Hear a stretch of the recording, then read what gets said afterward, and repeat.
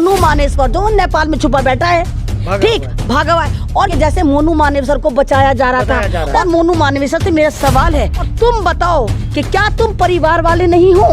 क्या तुम्हारी माँ, तुम्हारी बहन इस घटना को जायज ठहराएंगी कि तुमने एक घर का चिराग बुझा दिया?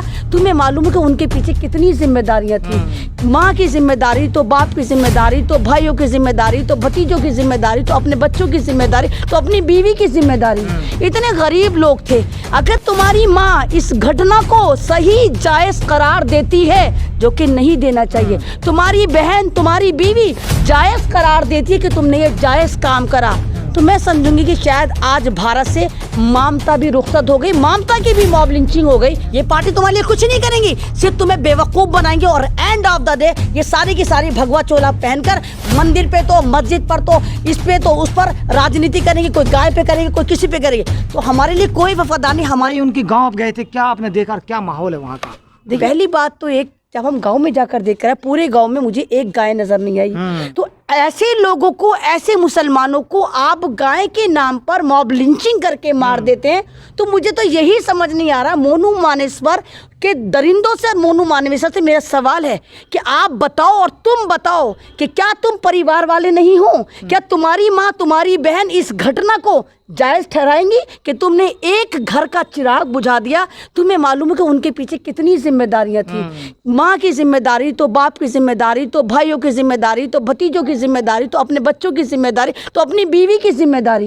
इतने गरीब लोग थे। अगर तुम्हारी माँ इस घटना को सही जायज करार देती है, जो कि नहीं देना चाहिए, तुम्हारी बहन, तुम्हारी बीवी जायज करार देती है कि तुमने ये जायज काम करा, तो मैं समझूंगी कि शायद आज भारत से ममता भी रुखसत हो गई, ममता की भी मॉब लिंचिंग हो गई, अगर तुम्हारी माँ ऐसा बोलती है। आप ये देखिए कि एक ऐसे परिवार को आपने मार दिया, कोई मीडिया वहाँ पर जाने को तैयार नहीं। और अफसोस की बात सबसे ज़्यादा हमें ये लगी, वहाँ पर कांग्रेस की सरकार है, कांग्रेस की सरकार है, चलिए ये भी कोई ख़ास बात नहीं, लेकिन उस इलाके की जो विधायिका हैं वो मुस्लिम समाज से आती हैं जनाब, जाहिदा खान। उन्होंने कुछ नहीं करा, डराना तो धमकाना, ज़बरदस्ती उन कंकालों को दबा दिया। जबकि अगर वो कंकाल सड़क पर रखे रहते तो वो 6 महीने के 6 साल भी ना सड़ते, उनमें कुछ था ही नहीं, वो तो कोयला बन चुके थे। लेकिन ज़बरदस्ती प्रेशर से आपने एक जो डाकू हसीना वाला रोल आपने प्ले कर रखा है। और अफसोस की बात, आप एजुकेशन मिनिस्टर भी हैं, तो एजुकेशन मिनिस्टर का काम होता है कि आप लोगों तक एजुकेशन पहुंचाएं।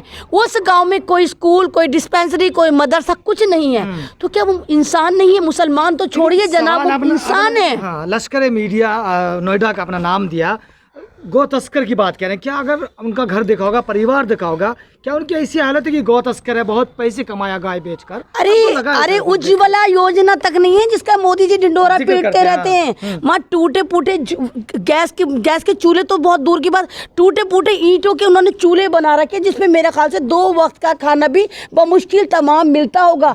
बच्चे इतने गंदे कपड़ों में फिरते, क्योंकि कपड़े साफ होने के लिए पानी का होना जरूरी है। जब पानी ही नहीं है तो बच्चे क्या नहाएंगे, क्या धोएंगे, क्या कपड़े धुलेंगे?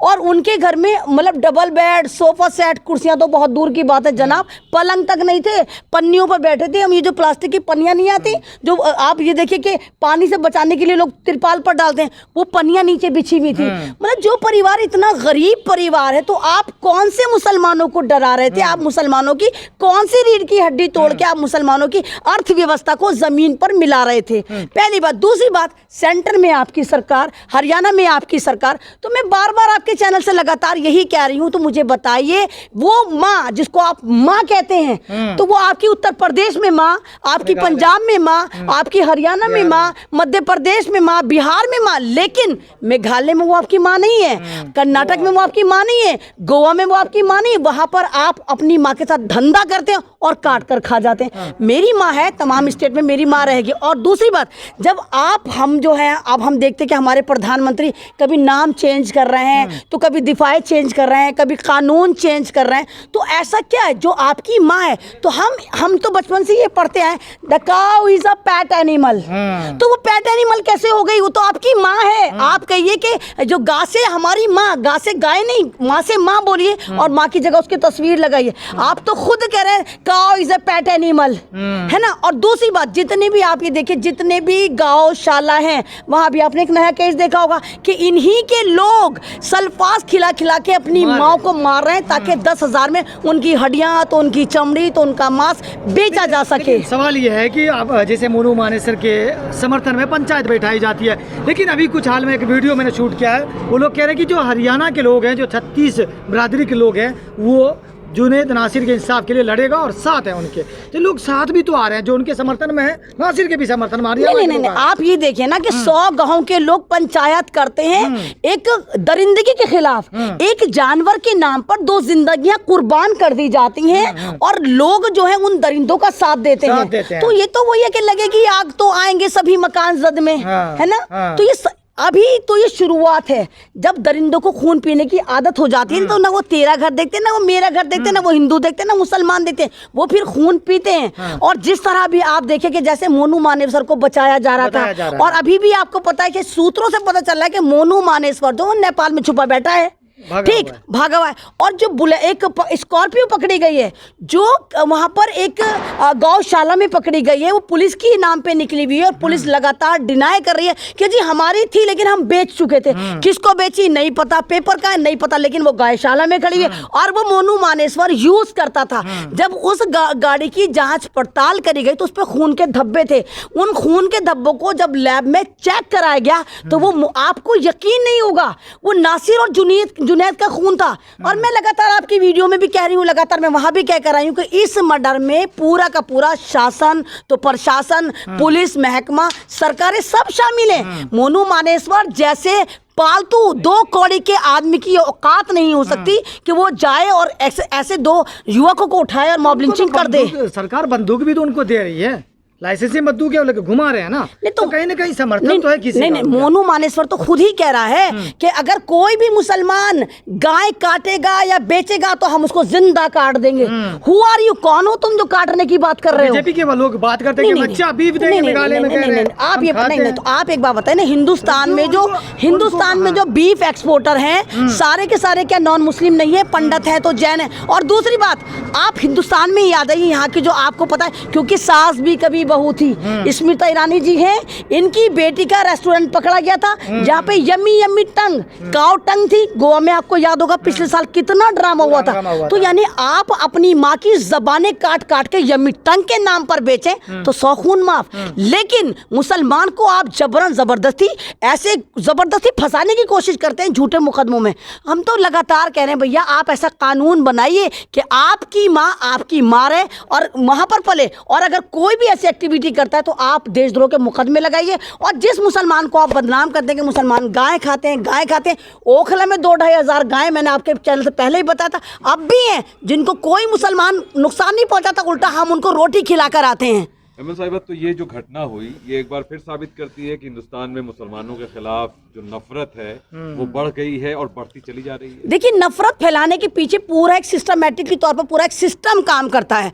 आरएसएस के साथ आपको लगता है बस आरएसएस सिर्फ आरएसएस नहीं, आरएसएस के साथ 75,000 ऑर्गेनाइजेशन मिलकर काम करती हैं, जो दिन रात इसी पे काम करती हैं कि हिंदुस्तान के दलितों को, तो हिंदुस्तान के मुसलमानों को, हिंदुस्तान के ईसाइयों को, किसानों को, जवानों को किस तरह बर्बाद और परेशान करा जाए। पहले आपने देखा था, पहले बहुत ज्यादा दलितों पे जुल्म होता था, लेकिन सच्चर कमेटी की रिपोर्ट, ये मेरी रिपोर्ट नहीं है, सच्चर कमेटी की रिपोर्ट है कि हिंदुस्तान का जो मुसलमान है वो दलितों से ज्यादा पिछड़ा हुआ है। ये रिपोर्ट कब आई? 2002 या 2003 की रिपोर्ट है।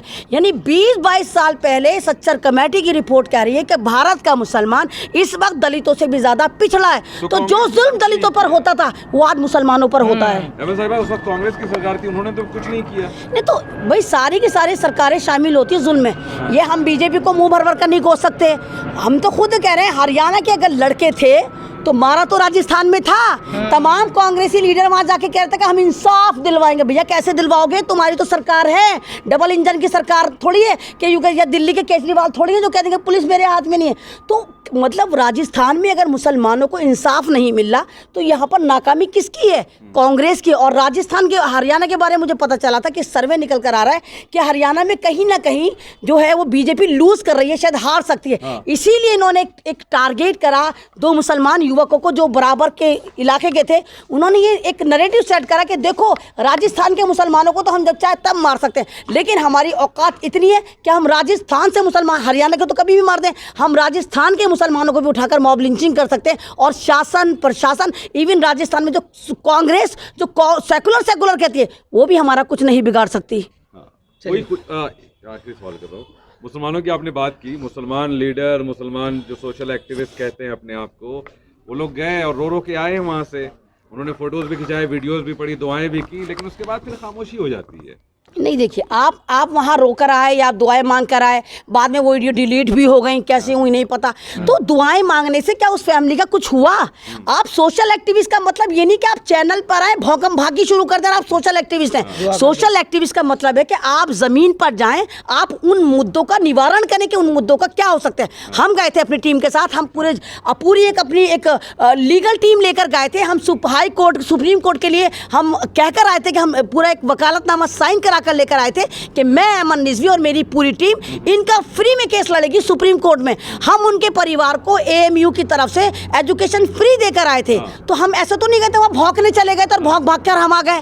तो जब आप अपने आप को कह रहे हैं कि आप जिम्मेदार हैं, आप समाज के प्रति अपने आप को समर्पित करते हैं, तो आप दिखाइए ना। आप तो वीडियो डिलीट करवा दिया आपने, तो वीडियो डिलीट हुई है, कुछ मिला के लिए या कुछ डीलिंग हुई है, कुछ पैसे लेके डिलीट हुई है, ये तो आपको पता होगा। लेकिन वीडियो डिलीट हुई, क्यों डिलीट हुई है, ये आपको उन लोगों से पूछना चाहिए। अच्छा, आखिरी सवाल, सरकार को क्या करना चाहिए? गहलोत साहब गए थे, बैठे भी थे, बच्चों के सर पे हाथ फेर रहे थे, इससे काम तो नहीं बनता। नहीं देखिए, किसी भी मुल्क का, किसी भी स्टेट का चीफ मिनिस्टर अगर वहाँ जाता है तो किसने बोला चीफ मिनिस्टर साहब वहाँ जाएं? भाई चीफ मिनिस्टर एक बड़ा नाम होता है, आप हर घटना में तो नहीं पहुँच सकते। लेकिन आपने वहाँ जाकर करा क्या? छोटा सा जीरे के बराबर आप वहाँ पर अनाउंसमेंट कर आ गए और आप कह रहे हैं कि जी कन्हैया के साथ इसको कंपेयर मत करो। क्यों ना करें? लेकिन ये लोग तो इनोसेंट थे, इन लोगों की डबल मॉब लिंचिंग हुई। एक तो मॉब लिंचिंग करी, फिर इनको जिंदा को जलाकर मार डाला और आप सिर्फ 5-5 लाख का चुग्गा पकड़ा कर आ गए। तो ये बात पता चलती है कि हिंदुस्तान में मुसलमानों को आज भी थर्ड जेंडर से भी ज़्यादा गिरा हुआ समझा जाता है कि इनको भीख की तरह बस 5-5 लाख पकड़ा दिए और ये सोचते हैं मुसलमान खुश हो जाएगा और मुद्दा दब जाएगा। अब मुसलमानों को ये वक्त आ गया कि मुसलमानों अपनी लीडरशिप चुनो, कोई ऐसी पार्टी बनाओ या किसी पार्टी के साथ हो जाओ जो तुम्हारे साथ शाना बशाना खड़ी हो। ये पार्टी तुम्हारे लिए कुछ नहीं करेंगी, सिर्फ तुम्हें बेवकूफ़ बनाएंगे और एंड ऑफ द डे ये सारी की सारी भगवा चोला पहनकर मंदिर पे तो मस्जिद पर तो इस पे तो उस पर राजनीति करेंगे, कोई गाय पे करेंगे, कोई किसी पे करेंगे। तो हमारे लिए कोई वफादार नहीं, हमारे लिए जो वफादार होगी हमारी अपनी पार्टीज होंगी।